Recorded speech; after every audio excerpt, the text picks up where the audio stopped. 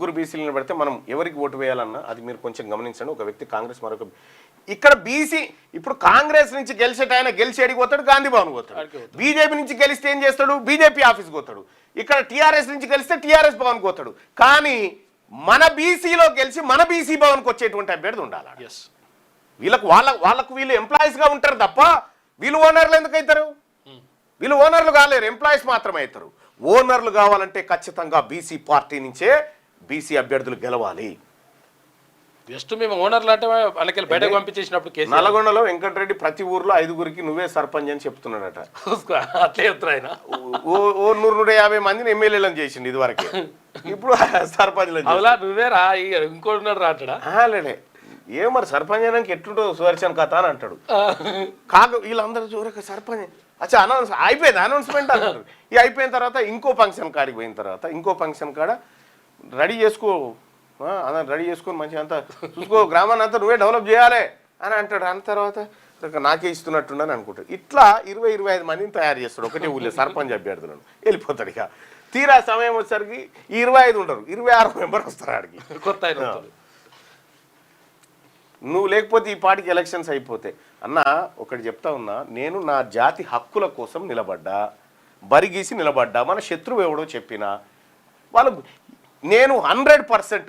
మీరు చూడండి 1956 నుంచి 2025 దాకా మంత్రివర్గ విస్తరణ జరిగిన ప్రతిసారి రెడ్డి మంత్రి ప్రమాణ స్వీకారం చేస్తుంది.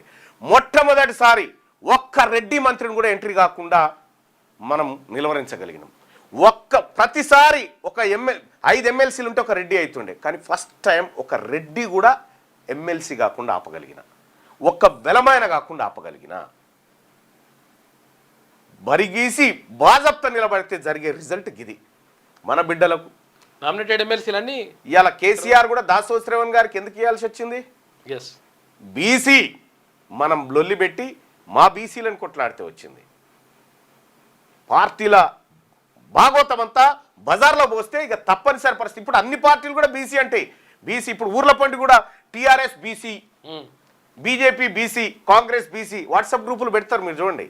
ఎందుకంటే వాళ్ళు అటు ఇటు పోకుండా మళ్ళీ మా దాంట్లోనే ఉండాలి. నీకేం కావాలి, బీసీ కదా, ఇట్లా పెడతారు అన్నట్టు.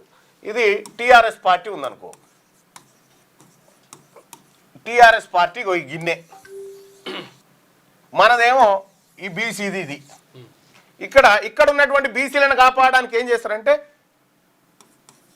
బీసీ ఇది బీసీ, టీఆర్ఎస్ బీసీ, మళ్ళీ దాని మీద బీసీ మీద కేసీఆర్ బొమ్మ, అది వేరు. మళ్ళీ ఆ వాట్సాప్ గ్రూప్కు మళ్ళీ కేసీఆర్ బొమ్మ. ఇక కాంగ్రెస్ బీసీ అని పెడుతుంది, ఈ బీసీ మీద మళ్ళీ రెడ్డి గారి బొమ్మ, బీజేపీ మళ్ళీ రెడ్డి గారి బొమ్మ. ఈ బొమ్మలు మారాలే. నువ్వు వాళ్ళ బొమ్మలు మోసినన్ని రోజులు నువ్వు మనోడిని మోస్తలేవన్నట్టే లెక్క.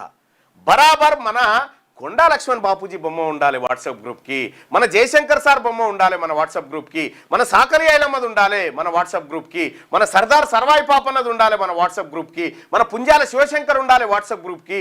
అన్నిటికంటే ముఖ్యంగా జ్యోతిబా పూలే బొమ్మ ఉండాలి, మన ఛత్రపతి శివాజీ మహారాజ్ బొమ్మ ఉండాలి. వీళ్ళని మనం ఎన్ని సంఘాలు పెట్టి వీళ్ళ బొమ్మలు పెట్టినా అది ఉత్తదే, అవి వాళ్ళ దాంట్లోకి సంబంధించిందే. నువ్వు ఈ మెయిన్ గిన్నెలకేని బయటపడ్డప్పుడే నువ్వు బీసీ ఉద్యమం లైన్లోకి వచ్చినట్టు. ఈ గిన్నెలో ఈ డేకీసులో నువ్వు ఎంత తిరిగినా ఈ డేకీసల్నే